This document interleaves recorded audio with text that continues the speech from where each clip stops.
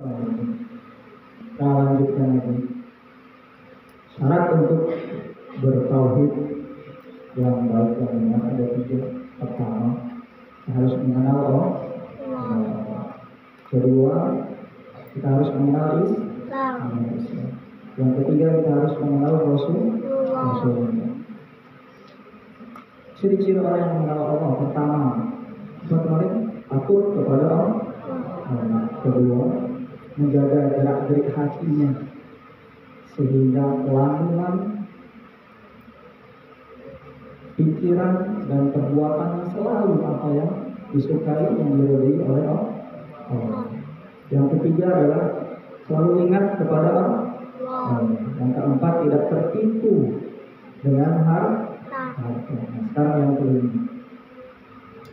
Apa yang kelima?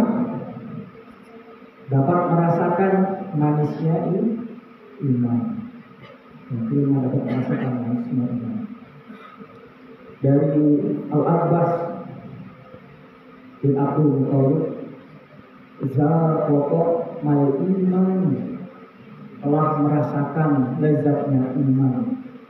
Marradiya billahi rabbah, seseorang yang ridho Allah sebagai Rabbnya, wabil Islam dina, Islam sebagai dinnya, wabil Muhammadir Rasul, dan Nabi Muhammad sebagai Rasulnya. Muslim. Jadi idealnya, harusnya orang yang ridho Allah sebagai Tuhannya, Islam sebagai agamanya, Nabi Muhammad sebagai Nabi dan Rasulnya, dia harus bisa merasakan lezatnya iman. Bagaimana merasakan lezatnya iman? Contohnya, ketika Allah perintahkan sholat sebagaimana dicontohkan oleh Rasul, dia menikmati sholat.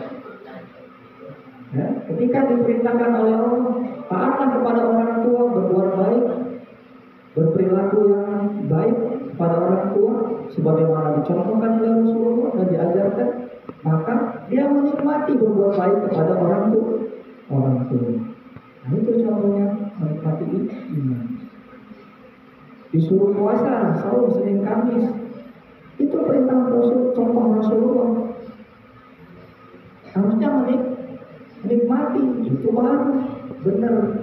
Kalau masih tersiksa, taruh ke sekolah di sini, Senin Kamis aku nggak puasa, lapar, kurus juga keluar kamu di sini, kurang gizi. Nah, itu belum merasakan nikmatnya iman. Nah, Ustaz, kami masih kecil, Ustaz, masih belajar, oke, bisa diterima karena memang di tempatnya belajar, tapi tidak berhenti untuk belajar, terus menikmati. Ustaz, ada contoh ada. Ayo cerita. Di dalam Tarikh Al-Islam, Imam Az-Zahabi menceritakan tentang seorang sahabat, Abdullah bin Huzaifah As-Sahmi. Nah, ini cara didengar ini. Apa ceritanya? Pada abad ke-6, Rasul ambil kebijakan Islam ini harus didakwakan sampai ke penjuru dunia.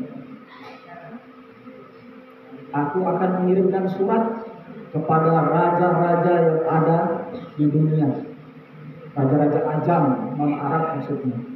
Maka aku akan memilih beberapa orang sahabat, maka taatlah perintahku, jangan engkau berlaku sebagaimana Isa bin Maryam memerintahkan kepada sahabat-sahabatnya. Bala bantah ini, pokoknya jangan bala bantah. Kau kata sahabat-sahabat, siap ya Rasulullah, silakan engkau tunjuk siapa yang kau inginkan untuk menjalankan tugas itu. Ditunjuklah 6 orang, termasuk di dalamnya adalah Huzaifah bin As-Sahmi tadi. Berangkat, ditugaskan mengantarkan surat ke Kisra, Raja Persia. Singkat cerita, berangkat mendaki gunung, dorong lembah, sungai mengalir indah, gitu ya. Sampai dia di Persia, ketemu dengan prajurit, aku membawa surat dari Muhammad Rasulullah, harus disampaikan kepada Kisra yang agung. Oke, Raja Kisra menerima dengan baik, menyiapkan sambutan yang luar biasa. Masuk, begitu masuk yang dilihat culun, bajunya tompang camping, harga murahan, jahitan kasar, tidak licin. Oh, buang susah berarti yang ngantar surat ini.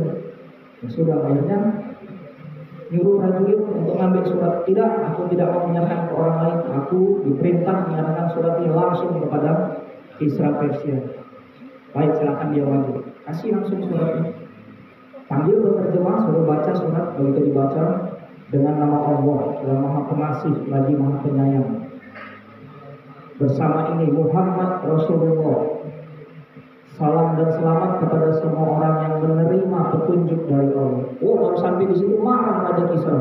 Sobek langsung surat ini. Surat. Siapa dia? Kurang ajar. Berani dia nyebut nama dia di hadapan aku, seorang raja. Akhirnya diusir. Udah kembali Abdullah bin Huzaifah As-Sahmi. Baik, singkat cerita, apa yang terjadi? Si raja memerintahkan gubernur Yaman, kirim orang terkuatnya dari Yaman, cari yang mengaku sebagai nabi, bawa dia menghadap kepada aku. Berangkat dikirim utusan 2 orang yang kuat perkasa. Kesimpulannya apa? Begitu ketemu dengan Rasulullah, beristirahatlah dulu, besok baru kau temui aku lagi. Setelah itu besoknya datang lagi menghadap ke Rasul.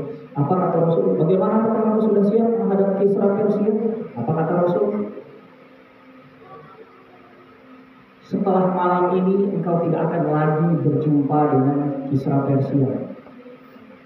Dia akan mati dibunuh pada hari ini, bulan ini, kata Rasul. Kemudian digantikan oleh anaknya. Apakah kau berbicara ini sungguh-sungguh? Atau utusan itu? Ya, sampaikan kepada gubernur Yaman. Ini akan aku sampaikan. Ya, sampaikan. Benar kejadian. Setelah itu, apa yang terjadi? Kisra Persia dibunuh. Ternyata anak itu anak dari istri yang berasal dari Yaman. Dia merasa dendam karena perlakuan terhadap keluarga ibunya terdahulu. Begitu mendapat kabar dari raja yang baru, gubernur Yaman langsung meletakkan surat, langsung masuk Islam. Banyak pejabat-pejabat yang di Yaman ikut juga masuk Islam. Pelajarannya apa sahabat-sahabat sekalian? Ketika orang merasakan manisnya iman, perintah Allah, perintah Rasul dikerjakan. Padahal resikonya besar. Ngasih surat itu menghadap raja yang kerajaannya besar, jauh lebih besar dari kekuasaan Islam pada masa itu. Taruhannya apa? Lepas kepala. Meninggal, tapi dia berani.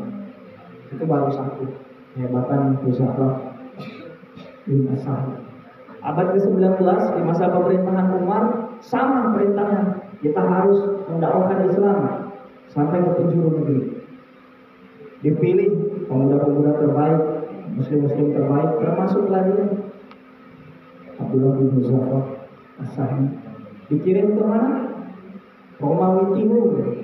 Romawi Timur itu di mana sekarang? Konstantinopel, sekarang Turki. Dikirim menghadap Kaisar Roma. Perang. Kalah pasukan Huzaifah. Kaisar Romawi sudah berpesan, kalau nanti ada tentara muslim yang tertangkap, sisakan. Aku ingin mencari kebenaran informasi. Konon katanya tentara muslim adalah tentara yang benar-benar kuat, sangat-sangat punya keyakinan yang hebat dan berani mati demi keyakinannya yang baru. Apa yang terjadi? Dipanggil Huzaifah menghadap sang kaisar.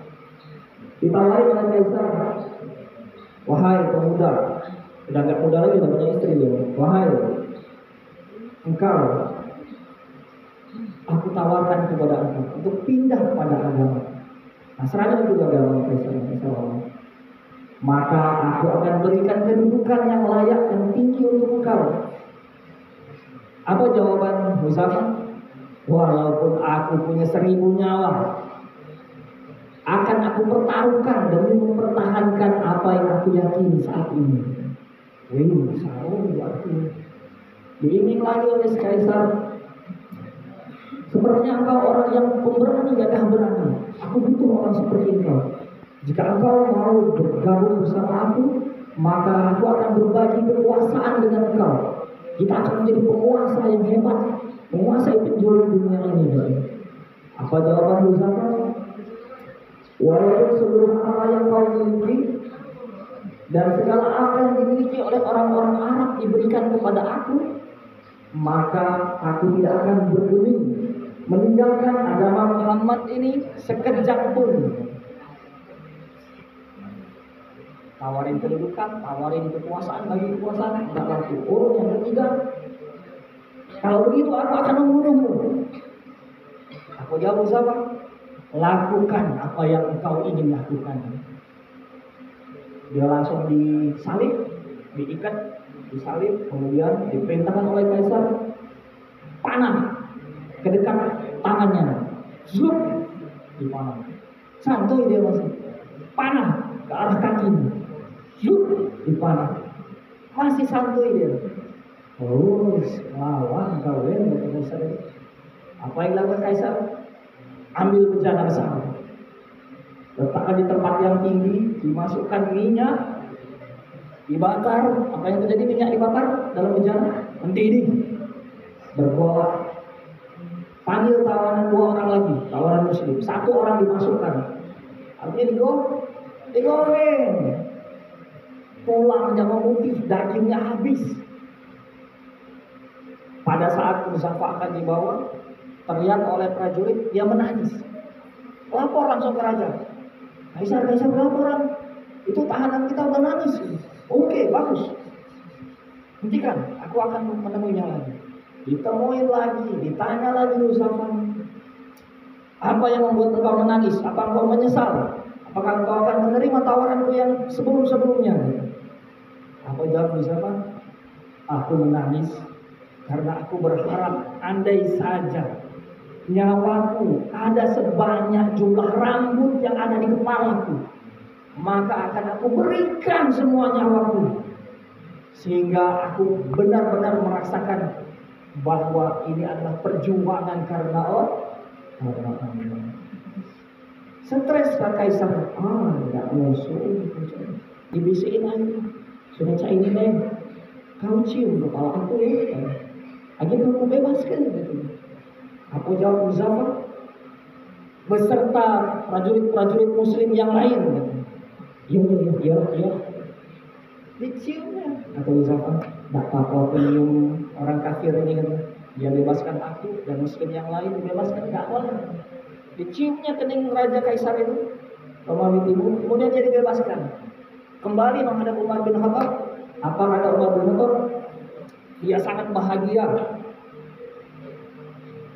Sangat layak seorang muslim mencium kepala Yosafat. Dan mulai dari aku, dicium kepalanya. Semua sahabat yang hadir pada masa itu mencium kening Yosafat. Karena keberanian yang luar biasa dan keberhasilan dia menyelamatkan tawanan kembali ke Madinah. Kalau sahabat sekalian, mengapa dia bisa berani ngomong seperti itu?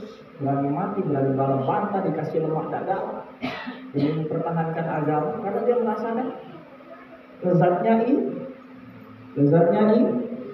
iman. Jadi kalau kawan-kawan di sini rasa lapar dikit, panas dikit di asrama demi belajar agama, demi membedakan yang benar dan yang salah, harusnya lebih semangat ya. Orang lain itu bertaruh nyawa dulu. Kita sekarang bertaruh lapar, bertaruh capek, bertaruh ngantuk, kecinian ukurannya dia tidak musuh gitu. Karena apa? Karena ke depan teman-teman tidak tahu apa yang akan terjadi. Gara-gara kesusahan dirasakan sekarang, siapa tahu teman-teman nanti punya perusahaan BUMN, sudah biasa susah, bisa merintis usaha, jadi pengusaha, punya karyawan yang banyak, jadi bos. Karena susah dulu.